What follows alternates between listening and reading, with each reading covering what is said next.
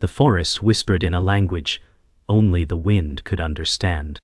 Beneath a twilight sky streaked with lavender and gold, a young woman named Ira wandered alone through the sacred glen. Her footsteps were careful, her breath shallow with awe.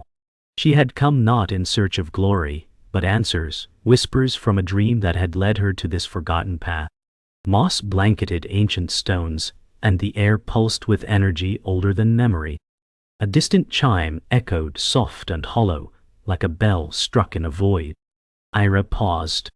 In her hand, she held a fragment of parchment etched with symbols no scholar could decipher. "The Druids are calling," she murmured to no one. Her voice was barely audible beneath the rustling leaves.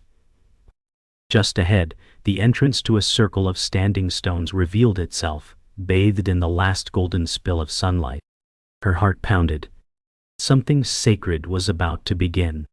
The silence pressed in like a heavy blanket, broken only by the soft rustle of Ira's cloak against the mossy ground. She bowed her head, eyes closed, feeling the vibrations beneath her knees. A voice, neither male nor female, whispered in her mind, "The scroll awakens only in the stillness between thoughts." Ira gasped, her breath catching. It wasn't sound, it was knowing. The stone circle seemed to breathe with her, light pulsing faintly. She opened her eyes. A vision flashed, druids, silent and robed, their hands raised toward the sky, chanting without words. The image vanished like mist. Ira blinked. The stone before her now shimmered faintly, and the glyph was gone. Only her breath remained, steady and slow. The journey had begun, and already she felt the self she knew dissolving into something ancient and vast. The forest responded to her stillness. No longer did birds chirp or branches creak, only a sacred hush remained. Ira stood slowly, her hands trembling. The parchment, now warm in her grasp, had changed.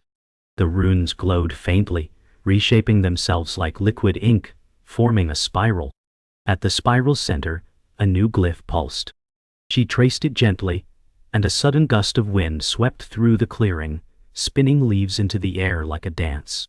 From the ground rose a soft hum, as if the earth itself were singing. Ira stepped back, heart pounding, as the stone circle darkened. The glowing pattern lifted from the page and hovered in the air. She heard the whisper again, "You carry the memory of what once was." Then the symbol scattered into light, and silence returned. She clutched the parchment to her chest, shaken but awakened. A path revealed itself where none had been before, narrow winding, lined with stones half buried, and slick with moss. Ira didn't question. Her feet moved before her thoughts could catch up. The forest dimmed with every step, as if swallowing light. Shadows stretched unnaturally, and the hum of the stone circle faded behind her. Trees arched overhead like watchful sentinels, and a single raven followed above, silent as death. The parchment's warmth pulsed against her chest. Her breath fogged, though the air was not cold. "The path remembers," she whispered. Each stone she stepped on lit faintly, guiding her. She was no longer in the world she knew. With each step, something old stirred within her bones, memories not her own flickering like torchlight in her mind. At the path's end stood a stone archway covered in ivy and silver lichen, humming with quiet energy. Beyond it lay an ancient grove, bathed in a silver-blue glow. Ira hesitated.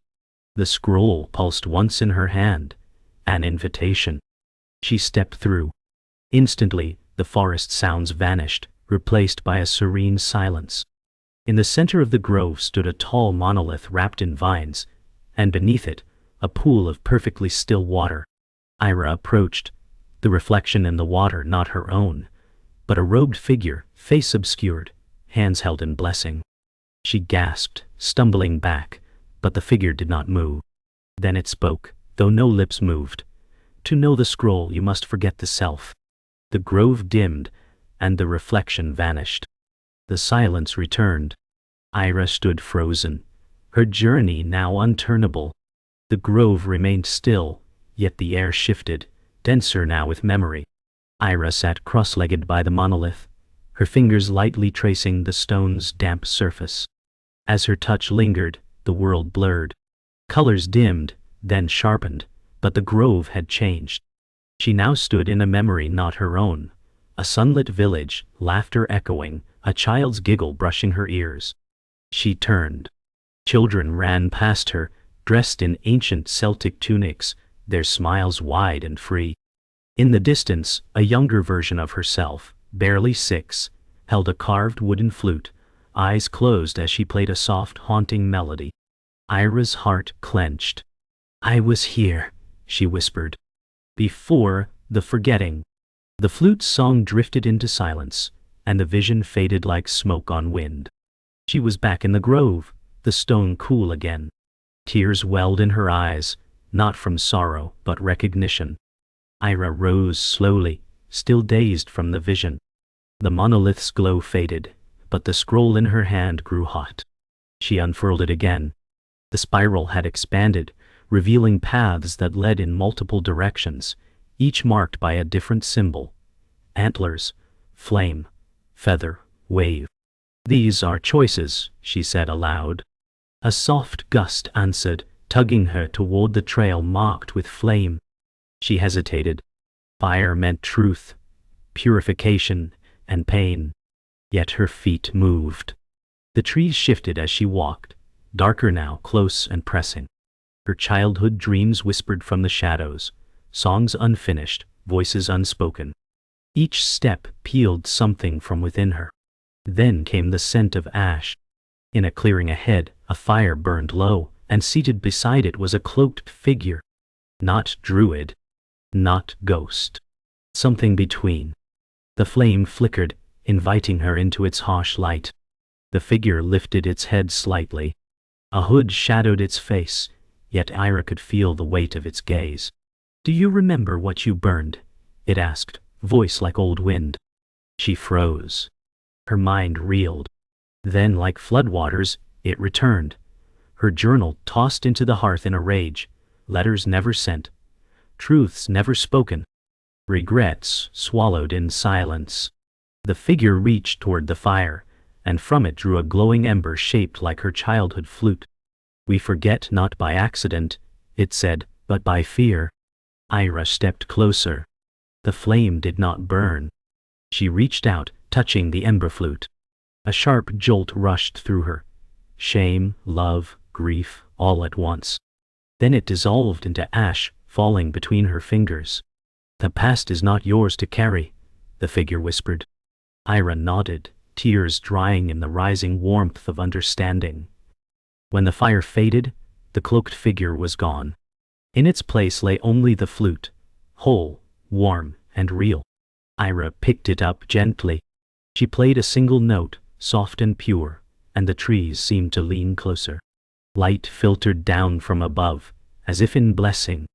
The flute's sound rippled through the forest like a cleansing breeze.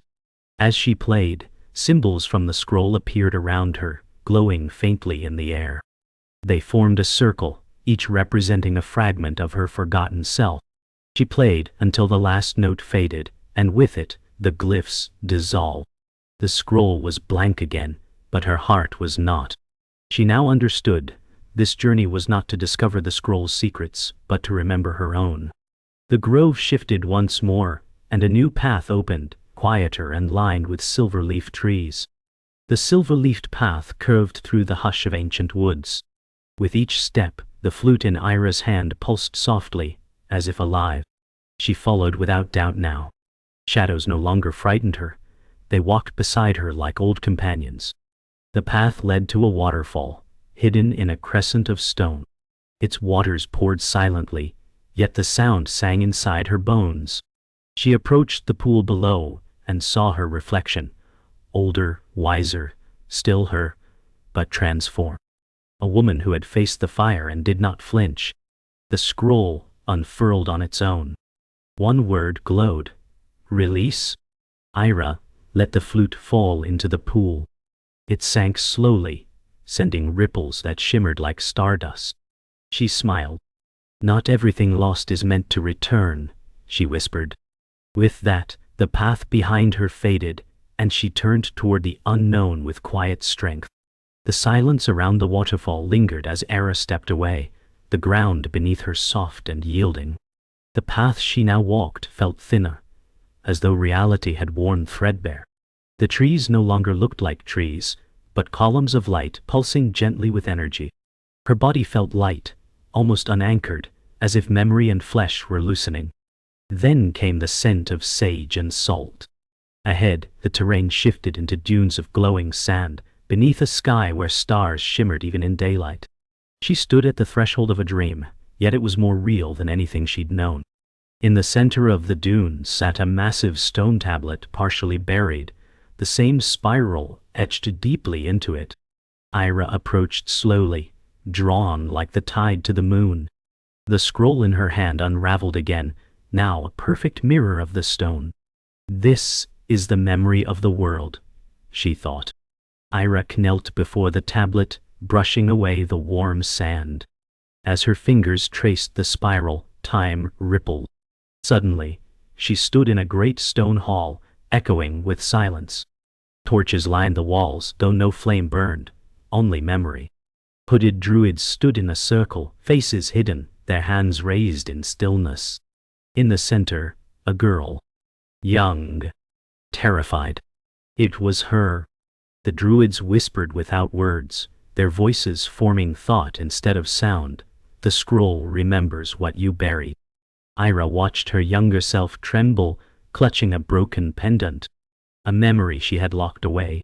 Her mother's voice. A promise to return. A farewell never understood. Tears welled in her eyes. The hall began to fracture around her, shards of memory rising like dust. She reached for the younger version of herself, but touched only air. Not yet. The whisper came again.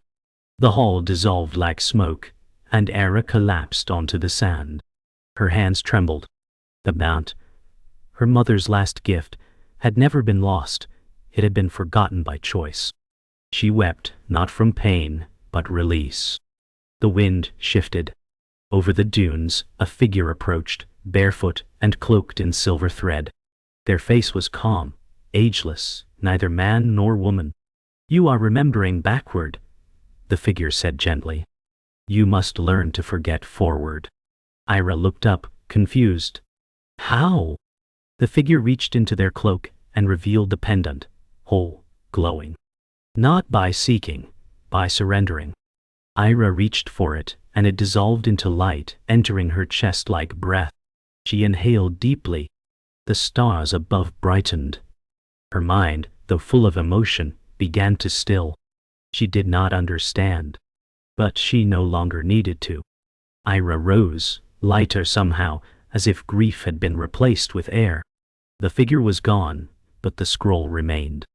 Now it glowed with steady light, and from its center, a stream of symbols flowed outward, forming a path into the sky.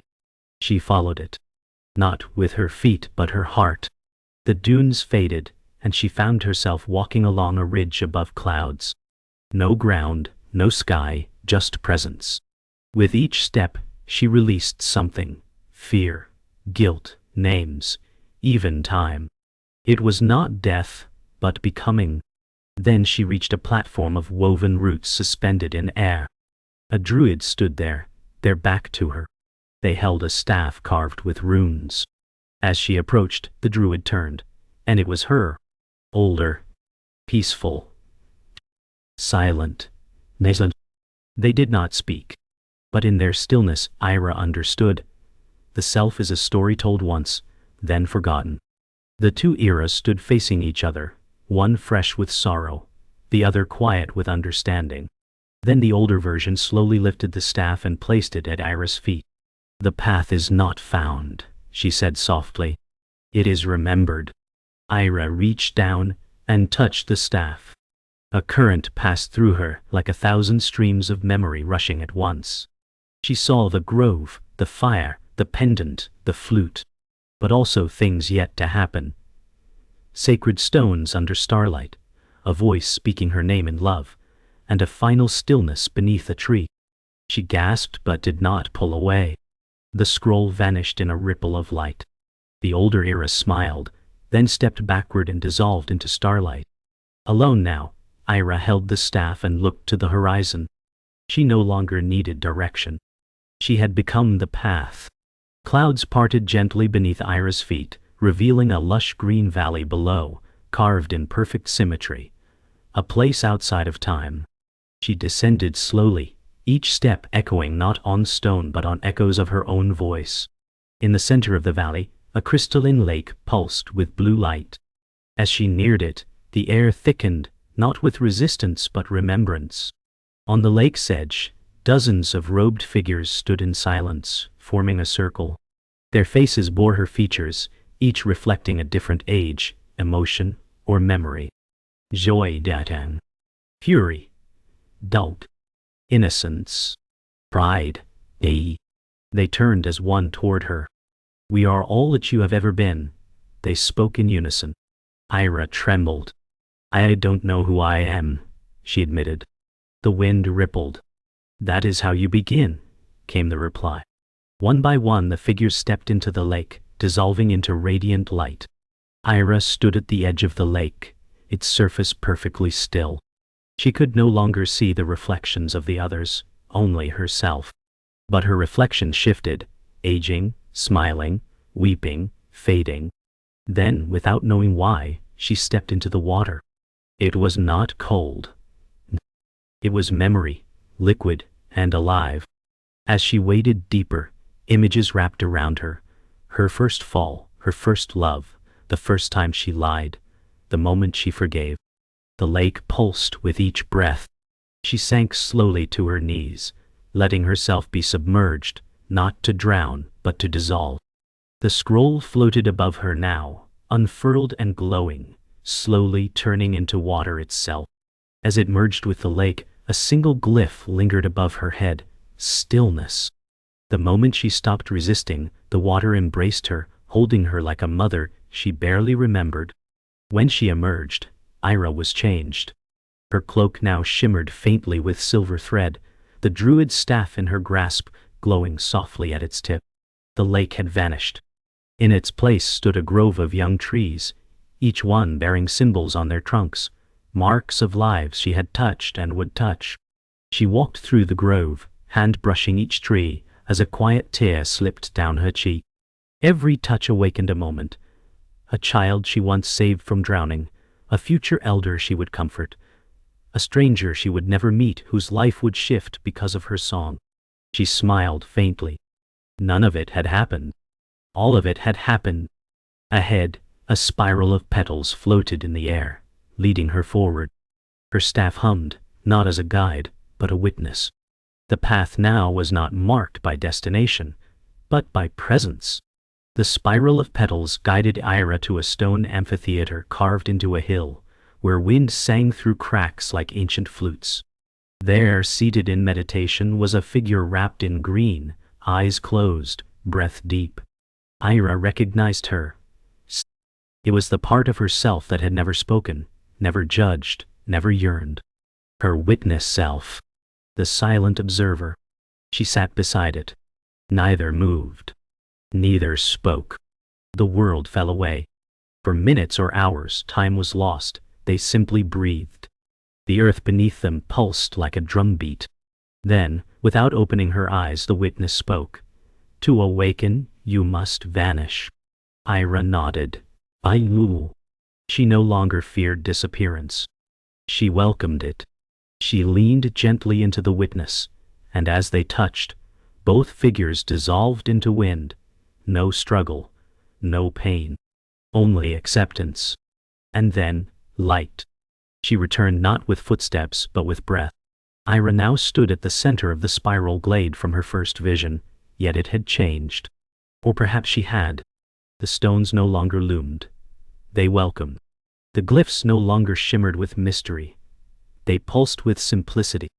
She placed her hand on the tallest stone. "I am not who I was," she whispered. A stillness settled deeper than silence.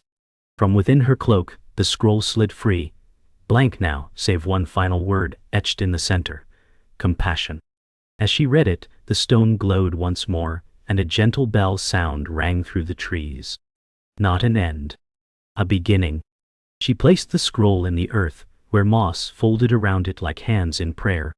Then, without urgency, she turned toward the forest, not to seek, but to serve. The forest greeted Ira not as a stranger, but as kin. Her steps were silent, yet everything listened, leaves tilting toward her, roots parting slightly beneath her feet. Ahead lay a familiar hilltop she once feared to climb. Now, drawn by a quiet call in her chest, she ascended. At the summit stood a solitary cairn, stones stacked in memory of those who had passed before. A single candle burned at its base, though no hand had lit it. Ira knelt. The air shimmered. Around her, ghostly figures appeared, generations of druids, ancestors, healers. They did not speak, but their presence rang with approval. One stepped forward, a woman with Ira's eyes. "We are what remains," the ancestor said. "You are what becomes." Ira placed her palm over the candle. The flame did not flicker. It accepted her. It was her. The ghostly vision faded like mist, but the candle remained. Ira stood slowly, her fingers still tingling from the touch of ancient flame. In its glow she saw a new path descend into a forest of shadows, not ominous but deep. A test of silence. As she entered, the world hushed. No birds. No wind. Even her breath felt distant. The path narrowed, flanked by trees that twisted like questions with no answer. In the heart of the silence, a clearing opened. There stood a mirror, not of glass but water suspended upright, rippling though untouched. She stepped closer. In its surface, she saw not herself but every version of her she had denied. The furious child, the arrogant youth, the grieving wanderer. "Will you accept all of you?" a voice asked from nowhere. Ira nodded. The mirror shattered, not into shards, but into light. The clearing darkened, but the shards of light from the broken mirror rose like fireflies, surrounding Ira in a slow rhythmic dance. One by one they entered her chest, embedding not as wounds but as truth. Her eyes closed. Each light returned a memory she had buried. Laughter, rage, joy, betrayal. None of them held shame now. They simply were. She opened her eyes to find herself standing in a circle of 7 flames, each representing a lesson she had claimed. At the center lay a cloak, white as ash but woven with strands of silver and crimson. She picked it up, feeling its warmth, its weight. As she draped it over her shoulders, the flames bowed inward. "You no longer walk to remember," a voice whispered, "but to awaken others." Her transformation was not an escape, it was an offering. The moment Ira took her first step in the cloak, the forest responded. Trees leaned outward. Flowers opened without sunlight. Stones hummed beneath her feet. The world no longer moved around her, she moved with it. She came upon a wounded deer lying in a grove, its flank pierced by a thorn of black stone. It stared at her without fear. Ira knelt, holding out her palm. The staff beside her flared briefly, then quieted. "You must choose," the voice within her said. "Heal, or understand." She wept, for the first time, not from pain, but from compassion. "Both," she whispered. She placed one hand on the thorn, the other over the deer's heart. The stone dissolved. The deer rose.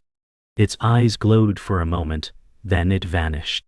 Not into the woods, but into her breath, her bones, her knowing.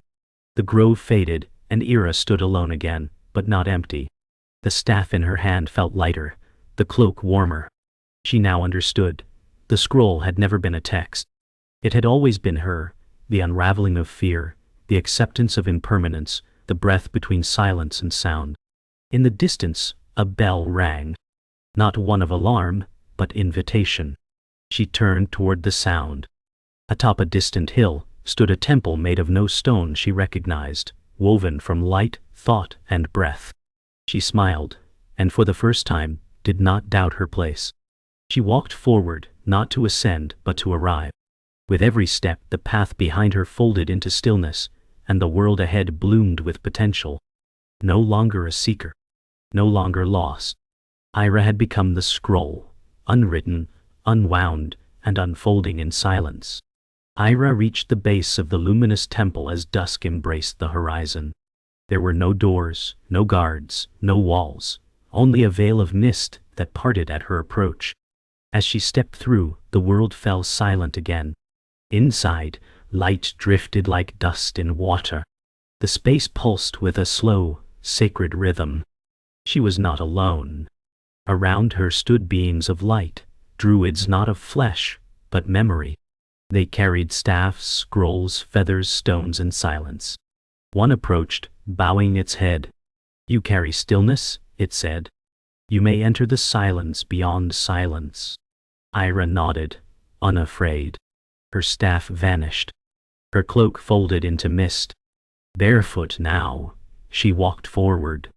Each step rippled through the air like a bell. At the center of the temple, a pool of starlight waited, not to be entered, but to be remembered. Ira knelt by the starlight pool. Its surface shimmered not with reflection, but with stories, moments uncountable, lives unnamed. She gazed into it and saw not herself, but everyone. A child born beneath thunder, a mother letting go of her last breath, a stranger singing to the moon. All one. All the same. "You are not you," the starlight whispered. "You are this." Her breath slowed. She did not cry. She did not smile. She simply breathed. Her hand dipped into the pool, and her skin illuminated with constellations. The stars did not burn. They remembered. As her hand withdrew, a spiral of light marked her palm. She kissed it gently, not as a blessing, but as thanks. The pool dimmed. Her vision cleared. She rose not higher, but deeper, carrying galaxies not on her back, but in her breath. As Ira turned from the pool, the beings of light stepped aside. No ceremony. No farewell. Just space. She walked calmly toward the temple's open edge, where stars met sky in seamless embrace. There was no threshold, only release. One step forward, and she was among the stars. No longer bound by form, yet more herself than ever. The wind greeted her like an old song. Beneath her, the world turned slowly.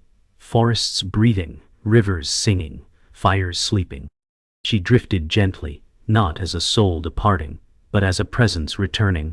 She looked down and saw her reflection in the clouds. She smiled, this time without face. The scroll reappeared, not in her hand, but in the air itself, its glyphs forming from the stars, slowly vanishing as they were read, each word becoming part of the sky. Below, the forest stirred. The wind shifted. In the old glade where her journey began, a young girl awoke from a dream. Her eyes wide, her hands gripping a fragment of parchment, old, worn, inscribed with a single spiral. She stood slowly, breath hitching with wonder. Around her, the trees whispered again. She did not know the name Ira, yet something within her pulsed with recognition. Standing stones shimmered faintly, as if greeting her. The girl stepped forward, unafraid. In the air above her, invisible to the waking world, Ira hovered, not as ghost, but as wind, as silence, as presence. "You do not guide," the stars whispered to her. "You awaken." The girl touched the stone. The spiral glowed. The story had begun again, not in repetition, but in renewal. From the sky, Ira drifted across the lands, not seen, but felt. A hand steadied during grief. A song remembered in silence. A choice made with courage. She had become what she sought, not knowledge but wisdom. Not form, but essence. The scroll no longer needed to be read. It was lived. In every act of kindness, in every moment of surrender, her presence lingered. On a mountain peak, a monk paused mid-prayer and smiled. In a village by the sea, a child looked at the moon and whispered thanks. And in a silent grove, the wind stirred a single spiral of leaves. The Druids of old did not disappear. They transformed. And in the quiet between breaths, between thoughts, between lifetimes, they wait, Not to return, but to remind. Ira had vanished from the world, but she had entered everything. In the hush between night and dawn, a new figure walked the forest path. A young druid in training, cloaked in simple linen, carrying nothing but a question in her heart. Her steps led her to the ancient glade, though she had never seen it before. She paused beneath the tall stones, sensing something familiar. A single spiral had been etched into the earth overnight, not by hand, but by wind and fallen leaves. She knelt beside it. There was no voice, yet meaning filled her. The spiral spoke, not in language, but in feeling. You are not separate. You are the breath of this world. The girl closed her eyes, and for a moment she vanished, not from existence, but from needing to exist. In the distance, an owl called once. The stones shimmered with morning dew. The scroll was never buried. It was always awakening. The girl rose slowly, feeling not older but wider, like her spirit had stretched to fill the space around her. She traced the spiral gently, then stood in the center of the glade. The scroll did not appear, but she no longer sought it. Her heart beat in time with the wind. From the trees came a soft shimmer, and petals drifted down like snow. One landed on her palm, glowing faintly, then faded. She smiled. It was enough. Across the land, similar awakenings stirred. A farmer paused mid-harvest, overwhelmed by peace. A weaver's fingers trembled as she hummed a tune older than words.